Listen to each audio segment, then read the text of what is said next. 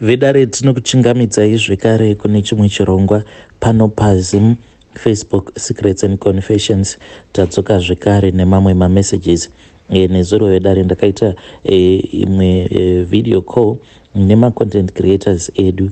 Ndinokukumbirawo kuti vanenge vachikwanisa havo munge muchingoenda muchingonodongorerawo kuti kwakamira sei ikoko kumatv avo. Saka kana muchikwanisa please musaskipa video riya, because ndinoona kuti vazhinji vanowanza kuskipa mavideos acho iwayo.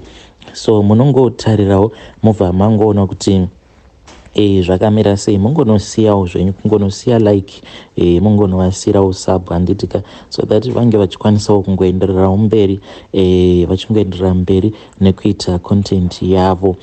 Tose tikwanise kuwanawo empowerment.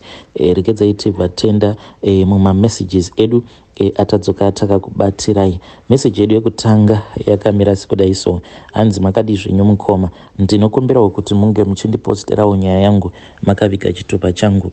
Zvaizvezvi handitombozivi kuti ndinozviisamo mupanda upi, kuti ndiri single here kana kuti I am about to get married. Handitombozivi kuti pangu chaipo pandimire ndepapi, nekuda kwekuti ndiri kudanana nemurume wemunhu. So murume uyu wandiri kudanana naye ndainge ndichimbomushandira, ndaishanda ndichingoitawo zvemapiece jobs. Ivo vainge vaina maid wavo, but ndaiwanzo kuti paya pamaweekends ndopandaibva ndazoenda kumba kwavo, ndobva ndazonoita mapiece job. Saka mazuva ekutanga ndaiti kana ndikaendako musi weSaturday ndaizoti kana ndachaisa ndodzoka kumba, then mangwana acho ndobva ndazofumira kuenda zvekare kubasa.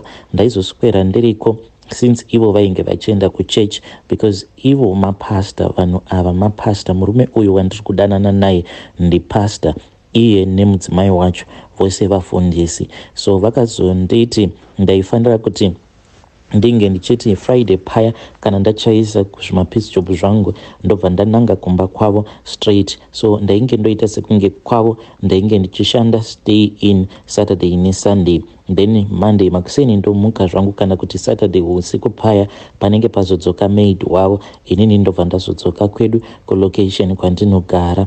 Zvino mukoma vanhu ava vakabva vazotanga kundi-invita. Ndingangoti murume wacho ndiye akazotanga kundi-invita, because inini ndainge ndichitozviendera hangu kumasowe, uye mukadzi wacho ainge asitomborina kana basa nazvo. Ende murume uyu wandiri kudanana naye pose apa mukoma, the first time pandakatanga kumuona, yes, I had seen kuti munhu ane zvinhu zvake ari attractive, but handina kana kumbogara ndakamupinza mupfungwa dzangu kuti ndingazosvika pakudanana naye. Ndainge ndichitongomurespecta, ndichitongomuonawo sabosi wangu. Saka iye zvaaiwanzokuita ndezvekuti paya pandinenge ndachaisa dzimwe nguva ndaiti kana ndikapiwa mari yekombi, iye aibva ati no, mirai ndinge ndichienda kunomusiya inini, obva azonondisiya kuno kulocation. Saka pose apa zvose izvi zvaainge achiita, ainge achida kungoona apo pandainge ndichigara. Even madays paakazotanga kundinyenga ndozvakazotoita kuti ndinge ndichishifta ndichibva pandainge ndichigara, because kamuwiro kacho kaainge oita achiuya kulocation zvekuti dzimwe nguva mudzimai wacho aizosvika pakufona, iye obva aramba sometimes kana kutoansa foni yake. Saka ndainge ndotya kuti zvinhu izvi kana zvikabatwa ndinokwanisa kuzotoluza mukana, because mukadzi wacho ainge achitondibhadharawo kamari katoripo. Saka mukuda kunochengetedza basa ndokubva ndazochinja hangu pekugara. But chimwe zvekare chakandinetsa ndechekuti murume uyu akazoti andi-invita kuchurch, akanditi siyana nazvo izvi zvekumasowe, nekuti mose munoenda kumasowe muchaenda kugehena. Asi chakandinetsa ndechekuti vakazonditi paya pavakandi-invita vakabva vati iwewe usataura kuti une mwana, chingozviita hako musingle kudai. Saka ndakabva ndatozviita musingle. Even uyu fiance wacho wandakazotsvakirwa nawo mapastors ava, ndinotoshaya kuti kana kuri kunzi zvikazobudirira, and I think kuti zvinobudirira panext year apa, I think kuti ndinenge ndatopindawo musvitsa tsvene, ndinotoshaya kuti zvino ndichamuudza kuti kudii, nekuti kumba uko kuna amai ndine mwana wangu, ndine kamwana kangu kamusikana. So handitombozivi kuti how am I going to solve this issue, nekuti vakanditi usataura kuti une mwana. So mukoma ivo vakazongoramba vondinyenga, but pavakazonyanyisa kuita very serious zvekuti vainge votouya kana kumba kwangu, there was this other time pandakaendawo kuchechi kwavo. Saka kuchechi kwainge kuchipota kuchiendwa kubhora. Zvino varume vaiendawo kubhora, isu vakadzi tobva tazoendawo kubhora. Saka maweekends awa ndaibva ndazoenda kumba kwavo kuzonosvika vachinditi ndinge ndichitenga kit. Saka ndakabva ndatenga kit. Apa inini ndiri munhu akaita mukobvu, saka ndinozoti kana ndakapfeka zviya zvimataiti zviya, then bhodhi yangu inobva yanyanyisa kushepeka. Saka ipapo ndo pavakabva vazonditi I am going crazy about you. Wainge uri musi weSaturday, ndo vakatotiendesa kubhora ivo baba ava zvekare nemudzimai wavo nevana vavo, ndokubva taenda kuya tikanoswera tichitamba zvedu netball. Saka ivo vakabva vanditextera vakabva vati shuwa ungandikuvadza kudaro, ndikati konei. Vakabva vati ko iwe hausi kuona kuti zvawakapfeka here, kuti zvakakubata sei, apa wakaumbwa sei, body shape yako. Ndaifarira ini, ndatofunga kukutora. Mukoma ndakambozama kuti ndinge ndichivaramba baba ava, but vaingoramba vachingouya kumba kwangu. Ndikangoti let us become friends, ndichingoitira kuti ndinge ndichingova avoida. Ivo vakabva vafadzwa nazvo, but mukoma zvakazoitika ndezvekuti ndakati ndaramba kudaro ndo pandakabva ndawirwa nedambudziko. Ndingangoti the following weekend ndo pandakabva ndazowirwa nedambudziko, ndikabva ndanzi amai vangu kumusha vainge varwara. Saka painge pachidiwa $400 because vaifanira kuti vange vachibva kwedu, kana vabva kwedu vavaenda kuHarare kumadoctors. So kuHarare ukoko vainge vachazonogara kumba kweumwe muzukuru. Zvino sefamily takabva tazoti mari yainge ichidiwa at least kana paikwanisa kuzobatwa $400 yainge yakanaka kuitira transport plus pavanenge vagere pamba pevanhu at least vanokwanisa kutengawo grocery kuitira kuti tisazoremedza vanhu vanenge vagere pamba pavo. Apa mari iyi umwe neumwe ainge akanzi anofanira kuti ange achisa contribution yake. Apa inini ndainge ndakaomerwa sei? Saka baba ava ndo pandakabva ndazovaudza dambudziko rangu randainge ndiinaro. Vakabva vati it is not a problem at all. Vakabva vazondibatsira nemari iyoyo, but vakabva vati the following weekend kana zvaiita ivo vaikwanisa kuzoenda neni kuZim, but ndikabva ndati mirai, nekuti pane umwe munhu ari kufanira kuti ange achindipa mari dzangu. So takazoenda kumusha, yainge yava month end yacho. Takatoenda as a family, mudzimai wavo nevana, ndo ivo vaivawo netrip yavo yekuenda kuZim. But titori munzira kudaro mukoma vaitopota vachitomboti paya kana tikaburuka for a recess, kana vakataimira mudzimai wavo paanenge aenda kutoilet, ivo vaitombouya vobva vatanga kutamba neni vachiti uri sei kamukadzi kangu, unozviziva kuti ndinokuda here. Then tichinosvika kuZim vakazondidropawo pekuti ndaizobata motikari dzinoendawo kumamisha, nekuti isusu tigere kumamisha, ivo ndokubva vazodarikira vachienda zvavo kwavo. But mukoma tiriko kuZim vakazongokaruka vauya kumba kwedu kuzondiona because vakandibvunzisisa kwacho kwandinobva zvekare nekumaraini kwedu. Ndikatoshamisika, munhu ava kundifonera vakabva vati ivo vainge vari pamashops uye vainge vachitobvunza pamusoro pangu, vakati vainge vatopiwa madirections. Saka vainge vachida kuziva kuti vouya vega here kana kuti inini ndinge ndichienda kunovatora so that tinge tichizosvika tose pamba pedu. Mukoma hana yangu yakarova, ndokubva ndazofamba ndichienda kumashops kuya tikabva tazodzoka tose pamba. Apa vainge vachiti ivo vainge vachida kunamatira mama vangu, but at least mama vainge vava kutorakidza masigns ekurecover.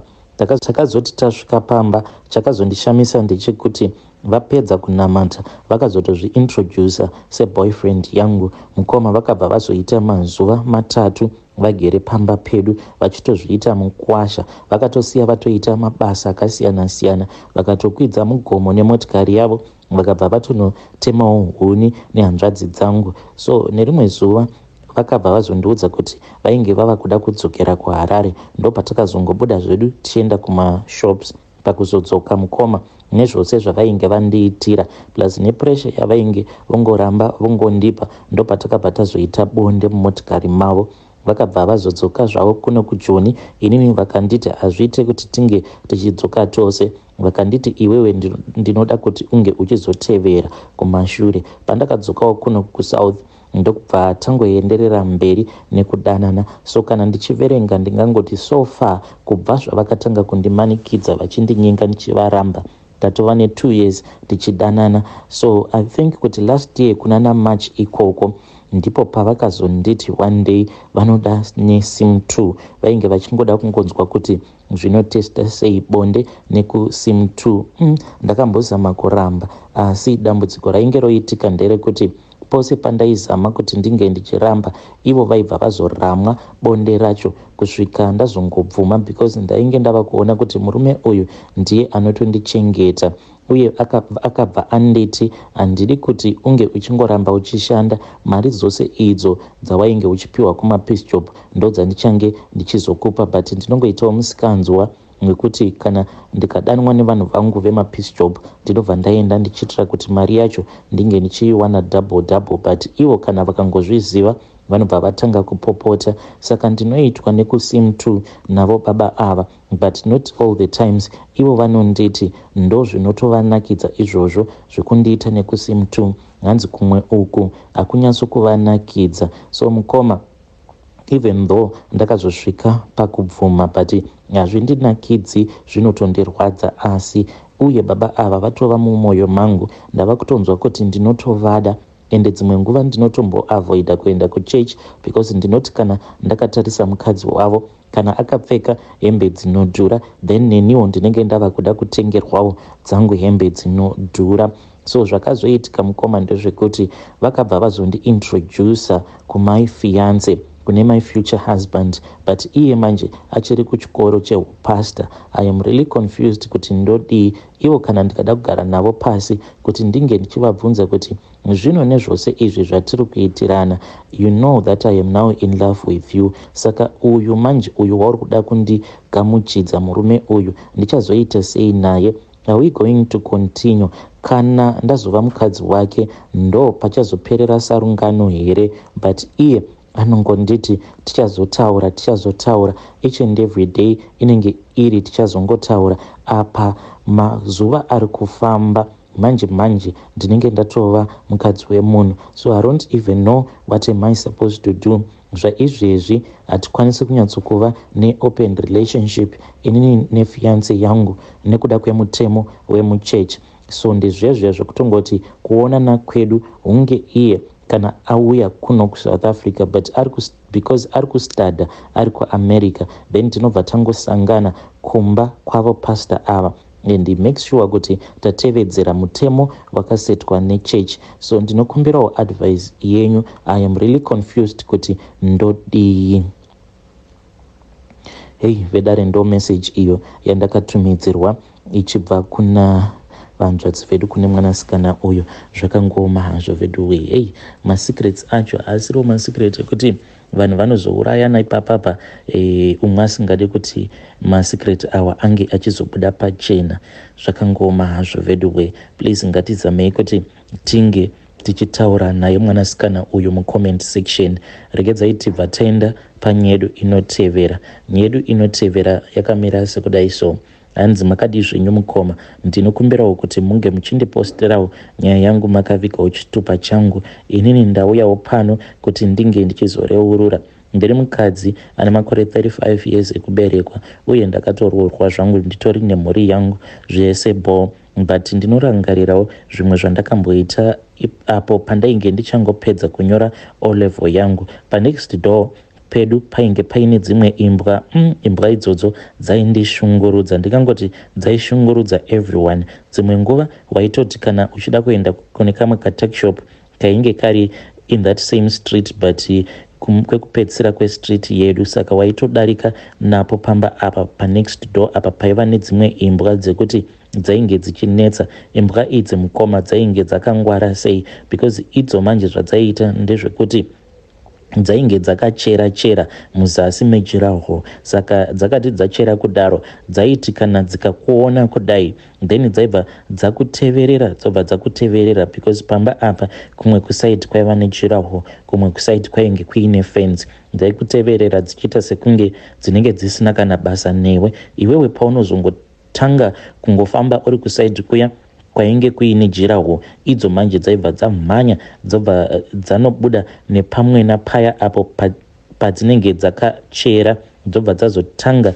kukumhanyisa. Vazhinji vakatorumwa nadzo imbwa idzi, but vanhu vacho manje varidzi vacho vainge vachitomborina kana basa nazvo. Vaitoti kana vakanzwa uchidanidzira kuti imbwa, ndiri kurumwa nembwa kani, vaitongoramba zvavo vakanyarara. So vanhu vaigara vachingokomplaina nezvadzo imbwa idzi, but ivo varidzi vacho vainge vachitomborina kana basa nazvo. Hanzi imbwa idzi vaitopota vachitodzipa chimwe chikafu chekuti dzinenge dzichivaviwa mumazino umo. So zvandakazoita mukoma ndakazoti imbwa idzi dzinonyanya kutijairira stereki. One day ndakabva ndazongotenga ndakatenga mushonga wemakonzo ndokubva ndazongokanda chikafu chandainge ndaswera ndakanyika mumushonga memakonzo. Ndakabva ndadziona dzichimhanya dzichiuya kufence ndokubva dzatanga kudya. Ndakazongoramba ndongokanda masadza aya awo andainge ndaswedza ndakanyika mumushonga wemakonzo.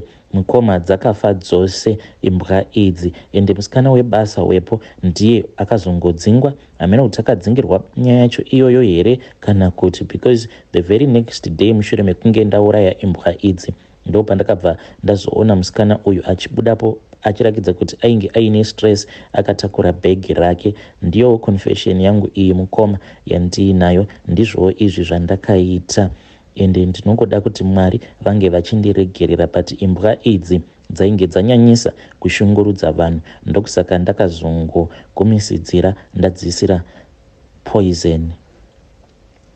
Hey, vedare ndo message iyo yandakatumidzirwa ichibva kuna vanzvadzi vedu. Zvakangooma hazvo vedu we, but nyaya iyi yekuchengeta imbwa dzekuti dzinenge dzichifarira kuruma vanhu stereki, zvekare nekuzopa imbwa chikafu chekuti dzinenge dzonzwa kuvaviwa mumazino. I don't think kuti inyaya yakanaka iyoyo, especially muno munyika medu muzimu. Dai nyaya iyi yekuchengeta imbwa dzakaita semapitbulls nemarottweilers, dai ipapo pakwanisa kugadzirisika, because vanhu vazhinji vava kuchengeta imbwa idzi. Mapitbulls, I see a lot of people kumasebhabhu uku vava nembwa idzodzidzi mapitbulls, vanodzipfuwa imbwa idzi.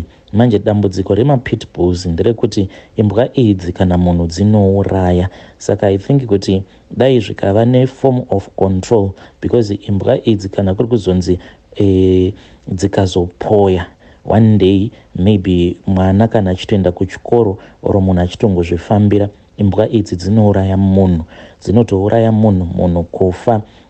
Kutori nedzimwe nyika dzekutoti iwawawa mapitbulls andiri kuona vanhu vazhinji